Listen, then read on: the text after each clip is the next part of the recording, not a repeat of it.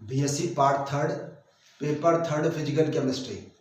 इसमें हम पढ़ रहे थे स्पेक्ट्रोस्कोपी, और स्पेक्ट्रोस्कोपी की हमने लास्ट क्लास में हमने सीखा था आईआर स्पेक्ट्रोस्कोपी। अगर आपको याद हो तो हमने कहा था कि जब किसी भी मॉलिक्यूल को 0.1 इलेक्ट्रॉन वोल्ट एनर्जी दी जाती है तो उसके रोटेशनल लेवल के साथ साथ वाइब्रेशनल लेवल भी चेंज हो जाते हैं, यानी घूर्णन ऊर्जा स्तर के साथ साथ उसके कंपन ऊर्जा स्तर भी परिवर्तित हो जाते हैं। क्यों? क्योंकि हम जानते हैं कि एक वाइब्रेशनल लेवल में बहुत सारे रोटेशनल लेवल होते हैं, तो वाइब्रेशन लेवल चेंज होगा तो बहुत सारे रोटेशनल लेवल भी चेंज होंगे। इसी कारण से आईआर स्पेक्ट्रोस्कोपी को हम वाइब्रेशनल रोटेशनल स्पेक्ट्रोस्कोपी भी कहते हैं। फिर आपको याद हो तो हमने कहा था कि आईआर स्पेक्ट्रोस्कोपी में एब्जॉर्प्शन बैंड क्यों मिलते हैं, ये हमने कारण आपसे पूछा था। फिर आपको हमने समझाया था कि आईआर स्पेक्ट्रोस्कोपी में एब्जॉर्प्शन बैंड मॉलिक्यूलर वाइब्रेशंस के कारण मिलते हैं, यानी कि अणुओं में कंपन के कारण मिलते हैं। जब मॉलिक्यूल्स में वाइब्रेशन होता है तो उस वाइब्रेशंस के कारण से हमें एब्जॉर्प्शन बैंड मिलते हैं। फिर ये बात आई थी कि ये जो मॉलिक्यूल्स में वाइब्रेशन होता है ये कितने प्रकार के होते हैं। तो आपको याद हो तो हमने लास्ट क्लास में हमने सीखा था नॉर्मल मोड्स ऑफ वाइब्रेशंस, या जिनको हम फंडामेंटल वाइब्रेशंस कहते हैं या मूलभूत कंपन कहते हैं। तो हमने कहा था कि ये वाइब्रेशंस दो प्रकार के होते हैं, एक होता है स्ट्रेचिंग वाइब्रेशन और दूसरा होता है बेंडिंग वाइब्रेशन। और स्ट्रेचिंग और बेंडिंग वाइब्रेशन के कारण से हमें एब्जॉर्प्शन बैंड मिलते हैं। इतना हमने पिछली क्लास में सीख लिया था। अब हम सीखेंगे necessary conditions of IR spectroscopy and applications of IR spectroscopy. ऐसी कौन कौन सी शर्तें हैं जिनके कारण से हमें आईआर स्पेक्ट्रोस्कोपी में एब्जॉर्प्शन बैंड मिलते हैं, समझने की कोशिश करो। पहला क्या, देखो जैसे आईआर का हमने रीजन कहा, आईआर का रीजन होता है, एक बात उससे पहले भी एक और बात याद करो, हमने कहा था कि आईआर स्पेक्ट्रोस्कोपी में एब्जॉर्प्शन बैंड की पोजीशन को हमेशा in terms of wave number देते हैं। फिर ध्यान से बात सुनो, आईआर स्पेक्ट्रोस्कोपी हो या रोटेशन स्पेक्ट्रोस्कोपी हो, इसमें अवशोषण बैंड की स्थिति को हम किसके रूप में व्यक्त करते हैं? तरंग संख्या के रूप में व्यक्त करते हैं। वहीं अगर हम यूवी स्पेक्ट्रोस्कोपी की बात करें तो वहाँ अवशोषण बैंड की स्थिति को हम तरंग दैर्घ्य या फिर वेव लेंथ के रूप में व्यक्त करते हैं। तो ये किसके रूप में व्यक्त किया जाता है? वेव नंबर के रूप में व्यक्त किया जाता है। और आपको याद हो तो हमने कहा था वेव नंबर वेव लेंथ का रेसिप्रोकल या फिर व्युत्क्रमानुपाती होता है। यहाँ तक की बात आपको याद होगी। तो इसके लिए नेसेसरी कंडीशंस क्या हैं? अगर रीजन याद करा आईआर स्पेक्ट्रोस्कोपी के, जो हमने पढ़ा था कि फार आईआर रीजन और नियर आईआर रीजन, तो यह भी आपको याद होगा। तो हमने सीखा था कि जो नियर आईआर रीजन था वो था 12,500 सेंटीमीटर इनवर्स से 4,000 सेंटीमीटर इनवर्स का। ये हमने इससे पहले वाली दो क्लास पहले सीखा था। फिर कहा था आईआर रीजन क्या होता है, तो हमने कहा था आईआर रीजन होता है 4,000 से लेके 666 सेंटीमीटर इनवर्स का, और फार आईआर रीजन होता है 666 सेंटीमीटर इनवर्स से 50 सेंटीमीटर इनवर्स का। ये हमने सिखाया भी था कि वेवलेंथ से अगर हमें वेव नंबर निकालना हो तो हम किस प्रकार निकालेंगे। तो मुख्यतः जो आईआर रीजन है वो है 4,000 से लेके 666 सेंटीमीटर इनवर्स तक का। ये आपको अच्छी तरह याद होगा।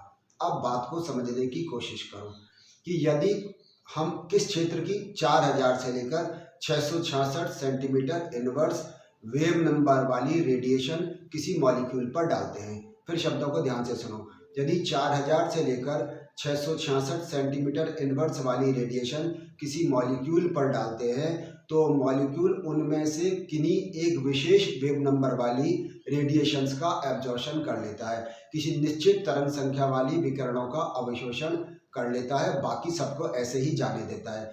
तो जिस वेव नंबर की जिस तरंग संख्या की विकिरणों का अवशोषण करेगा या एब्जॉर्प्शन करेगा वहीं पर एब्जॉर्प्शन बैंड मिलता है। अब इसको दूसरी तरह से समझो, जैसे मान लीजिए हम एग्जाम्पल के रूप में बात करें कि कार्बोनाइल कंपाउंड 1650 सेंटीमीटर इनवर्स से 1740 सेंटीमीटर इनवर्स पर एब्जॉर्प्शन बैंड देते हैं। कार्बोनिल यौगिक यानी कि एल्डिहाइड और कीटोन 1650 से 1740 सेंटीमीटर इनवर्स पर एब्जॉर्प्शन बैंड देते हैं।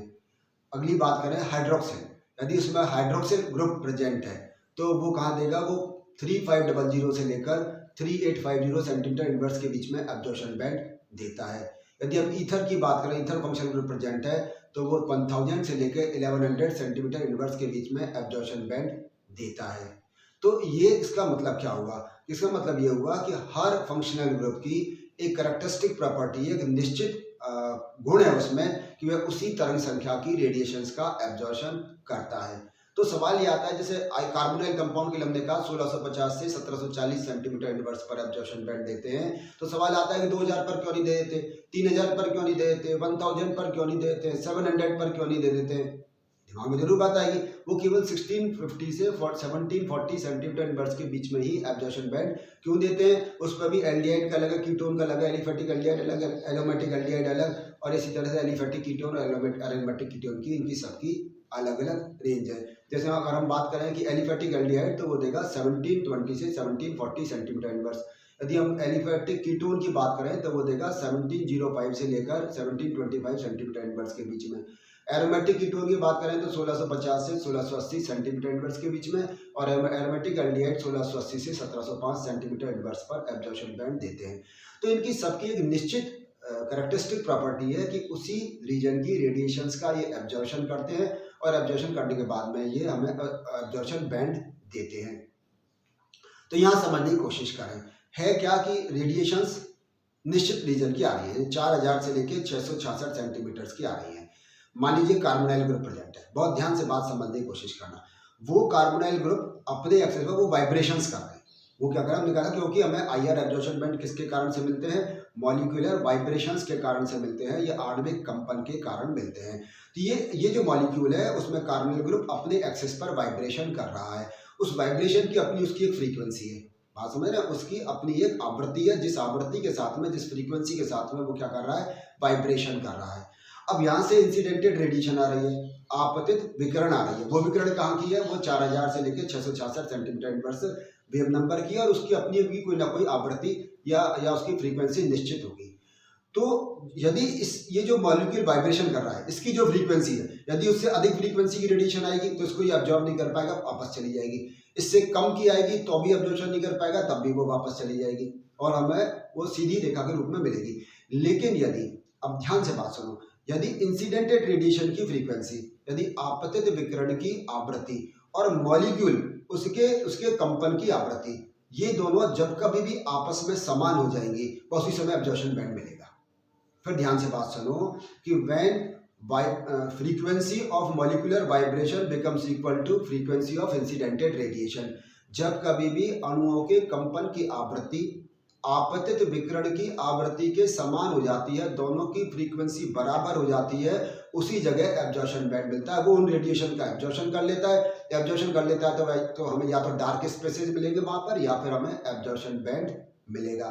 तो बात हमारे क्या समझ में आई? हमने कहा कार्बोनाइल कंपाउंड 1650 से 1740 के बीच देते हैं। क्यों देते हैं? इसलिए देते हैं कि वहीं पर इनके अणु की कंपन की आवृत्ति आपतित विकिरण की आवृत्ति के बराबर हो जाती है, इसी कारण से देते हैं। हाइड्रोक्सिल आयन 3500 से 3850 तक क्यों देता है? क्योंकि हाइड्रोक्सिल आयन के कंपन की आवृत्ति और इंसिडेंटेड रेडिएशन की आवृत्ति वहीं पर समान होती है, इसलिए उन्हीं रेडिएशंस का ये एब्जॉर्प्शन करता है। तो पहली नेसेसरी कंडीशन हमारे लिए क्या हुई? New radiation is equal to new vibration. ये न्यू मतलब क्या हुआ? यहाँ पर आवृत्ति, ये है रेडिएशन, ये बराबर क्या होगा? New vibration. इसका मतलब ये होगा मॉलिक्यूल के कंपन की आवृत्ति और आपतित विकिरण इंसिडेंटेड रेडिएशन की आवृत्ति जब कभी भी बराबर हो जाएगी तो एब्जॉर्प्शन मिलेगा। आईआर स्पेक्ट्रोस्कोपी में हमें एब्जॉर्प्शन बैंड मिलेगा।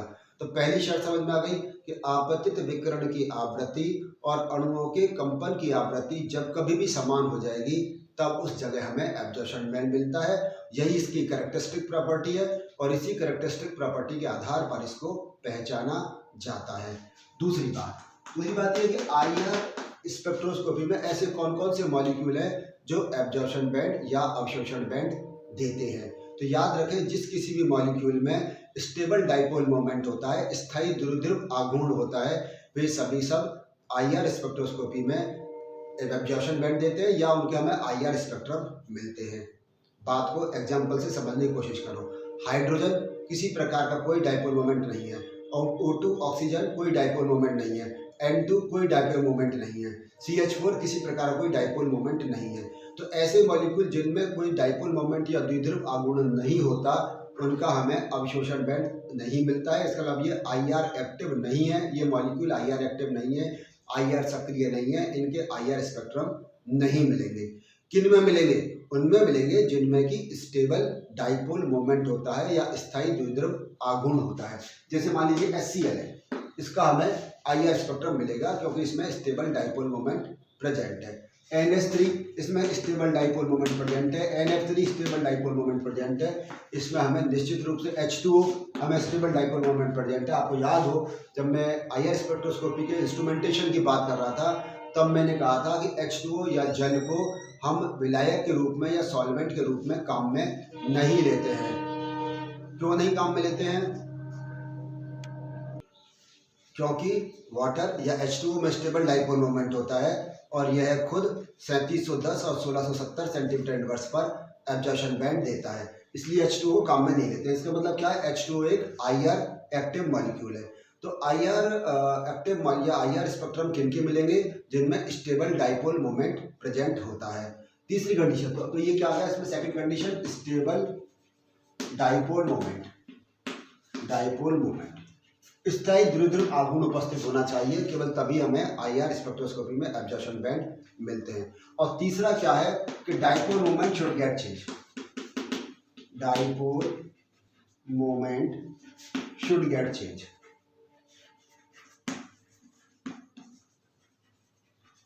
इसका मतलब ये हुआ कि डाइपोल मोमेंट होना जरूरी है, यह बात ठीक है, लेकिन after the absorption of radiation dipole moment of the molecule should get change. विकिरणों के अवशोषण के उपरांत अणुओं का द्विध्रुव आघूर्ण के मान में परिवर्तन होना चाहिए, चाहे ये परिवर्तन मैग्नीट्यूड में हो, चाहे ये डायरेक्शन में हो, चाहे ये परिमाण में हो, चाहे ये दिशा में हो, लेकिन परिवर्तन अवश्य होना चाहिए द्विध्रुव आघूर्ण में। कब? अवशोषण के उपरांत, विकिरण के अवशोषण के उपरांत। यदि अवशोषण के उपरांत कोई डाइपोल मोमेंट में चेंज नहीं आता है तब भी उसमें हमें IR एब्जॉर्प्शन बैंड नहीं मिलेगा। इसी प्रकार से हम बात करते हैं, क्वेश्चन आता है CO2 का एब्जॉर्प्शन बैंड क्यों नहीं मिलता है? क्योंकि आप जानते हैं CO2 एक लीनियर मॉलिक्यूल है, एक ये रेखीय अणु है और CO2 रेखीय अणु होने के कारण से इसके डाइपोल मोमेंट का मान 0 हो जाता है। यह बात सही है कि कार्बन और ऑक्सीजन की इलेक्ट्रोनेगेटिविटी में डिफरेंस है, लेकिन उसके बाद क्योंकि ये लीनियर मॉलिक्यूल है इसलिए ये IR एक्टिव नहीं होगा। वहीं अगर हम SO2 की बात करें, क्योंकि ये एक एंगुलर मॉलिक्यूल है, इस कारण से ये IR एक्टिव होता है क्योंकि इसमें डाइपोल मोमेंट प्रेजेंट होता है। तो दूसरी कंडीशन क्या हुई? क्या डाइपोल मोमेंट होना चाहिए। और तीसरी कंडीशन ये हुई कि अवशोषण के उपरांत उस द्विध्रुव आघूर्ण में परिवर्तन अवश्य होना चाहिए। तो आज की क्लास में हमने सीखा कि IR स्पेक्ट्रोस्कोपी के लिए क्या क्या आवश्यक शर्तें हैं, ऐसी कौन सी शर्तें हैं जो कि मॉलिक्यूल में होनी चाहिए, तभी वह IR एब्जॉर्प्शन बैंड देगा।